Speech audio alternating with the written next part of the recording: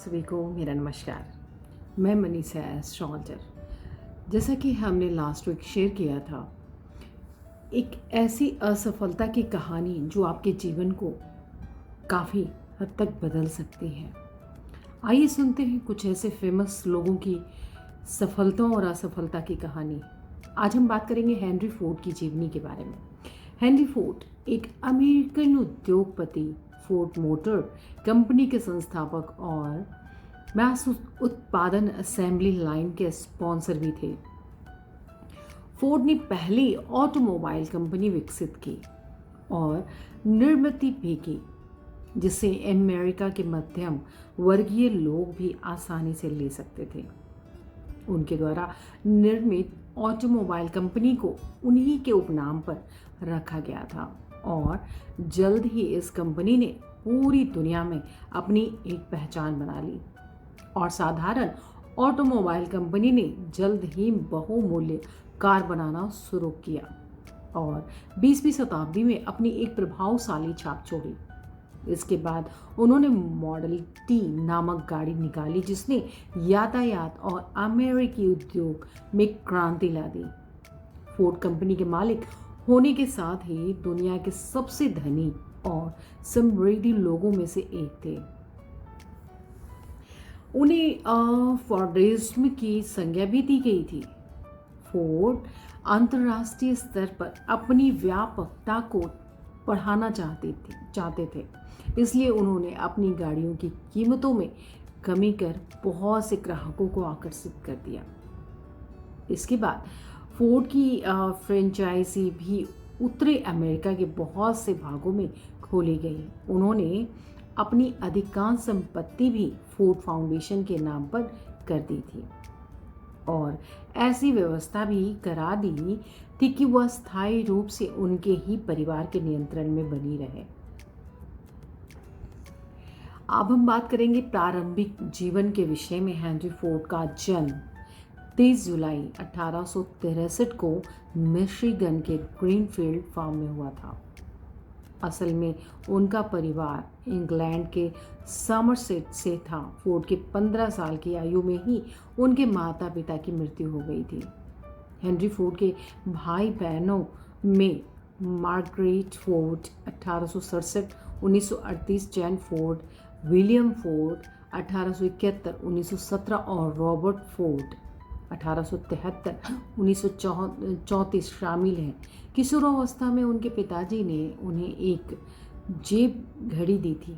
15 साल की आयु में फोर्ड पूरी तरह गिर चुके थे, लेकिन दोस्तों और पड़ोसियों की सहायता से वे फिर उठकर खड़े हुए और घड़ी ठीक करने वाले के रूप में उन्होंने अपनी पहचान बनाई।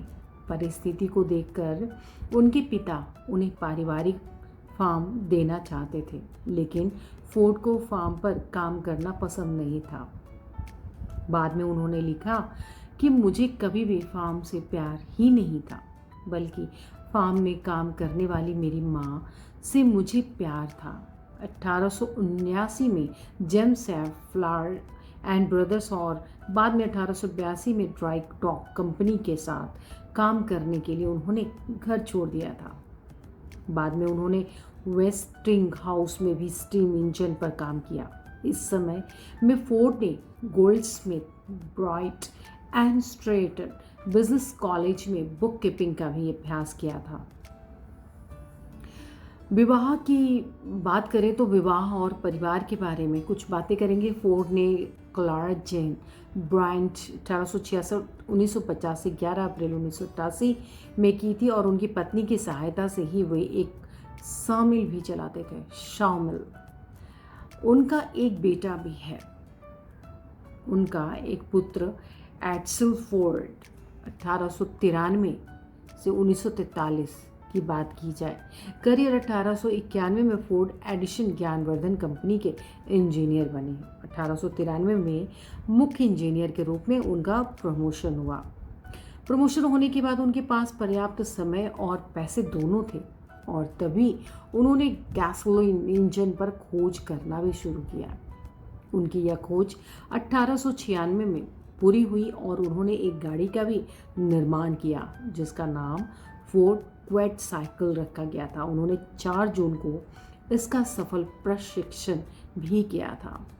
बहुत सी टेस्ट ड्राइव के बाद फोर्ड ने अपनी क्वेड साइकिल में बहुत से सुधार भी किए। 1896 की बात करें तो फोर्ड ने एडिशन के एग्जीक्यूटिव की मीटिंग भी अटेंड की। वहां उनका परिचय थॉमस एडिसन से हुआ था। वहां उन्होंने फोर्ड ऑटोमोबाइल के प्रोजेक्ट को सभी के सामने रखा। एडिसन ने उनके इस प्रोजेक्ट को सराहना भी की और फोर्ड के आकार और गाड़ी बनाने का काम भी 1898 में पूरा हुआ।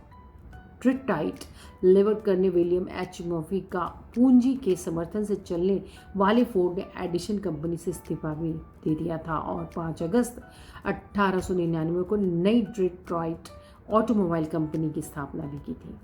उस समय पहले कम गुणवत्ता वाली गाड़ियों के निर्माण में भी बहुत लागत लगती थी। इसी वजह से उनकी कीमत भी ज़्यादा होती थी। इसी वजह से इस कंपनी को सफलता नहीं मिल सकी और जनवरी 1901 में कंपनी खत्म हो गई थी। बाद में सी हेरोल्ड विल्स की सहायता से फोर्ड को फिर से डिज़ाइन किया गया, उसे पुनर्निर्मित किया गया और सफलतापूर्वक अक्टूबर 1901 में 26 हॉर्स पावर के साथ चलाया गया था। इसी सफलता के साथ मर्फी और दूसरे सहकर्मियों ने डिट्रॉइट ऑटोमोबाइल कंपनी को बदलकर हेनरी फोर्ड कंपनी की स्थापना 30 नवंबर 1901 को की थी, जिसकी फोर्ड मुख्य इंजीनियर थे। अब हम बात करेंगे 1902 की। 1902 में फोर्ड के कंपनी छोड़कर चले जाने के बाद मर्फी ने फिर से कंपनी का नाम बदलकर कैडिलैक ऑटोमोबाइल कंपनी रखा। 1902 में ही 8 हॉर्स पावर के साथ फोर्ड ने साइकिलिस्ट कूपर के साथ मिलकर रेस 999 में जीत भी हासिल की। इसके बाद फोर्ड को अलेक्जेंडर रॉय मलकॉम्सो का समर्थन मिला, जो डिट्रॉइट के ही कोलो डीलर थे। उन्होंने पार्टनरशिप में फोर्ड एंड मलकॉम्सो लिमिटेड की स्थापना भी की, जो ऑटोमोबाइल का उत्पादन करती थी। इसके बाद फोर्ड बहुमूल्य गाड़ियों के निर्माण और उन्हें डिज़ाइन करने में लग गए। कुछ ऐसी बातें, कुछ रोचक बातें मैं बताने जा रही हूँ इनके बारे में। सबसे पहली बात, अल्दोस हक्सले के ब्रेव न्यू वर्ल्ड 1932 ने फोर्डिस्ट का आयोजन किया और तभी फोर्ड ने अपनी पहली मॉडल टी का भी अनावरण किया था। दूसरी बात, ऑप्टन सिक्लेयर ने 1937 में फोर्ड की काल्पनिक कहानी का वर्णन अपने नॉवेल दी फ्लेवर किंग में किया था। अगली बात मैं बताना चाहूँगी कि बहुत से ऐतिहासिक नॉवेल में फोर्ड का उपयोग किसी व्यक्तिगत चरित्र को दर्शाने के लिए भी किया गया था, जिसने मुख्य रूप से E.L. डॉक्ट्रो का रॉक टाइम 1975 और रिचर्ड पावर का novel three farmer on the way of dance 1985 शामिल हैं।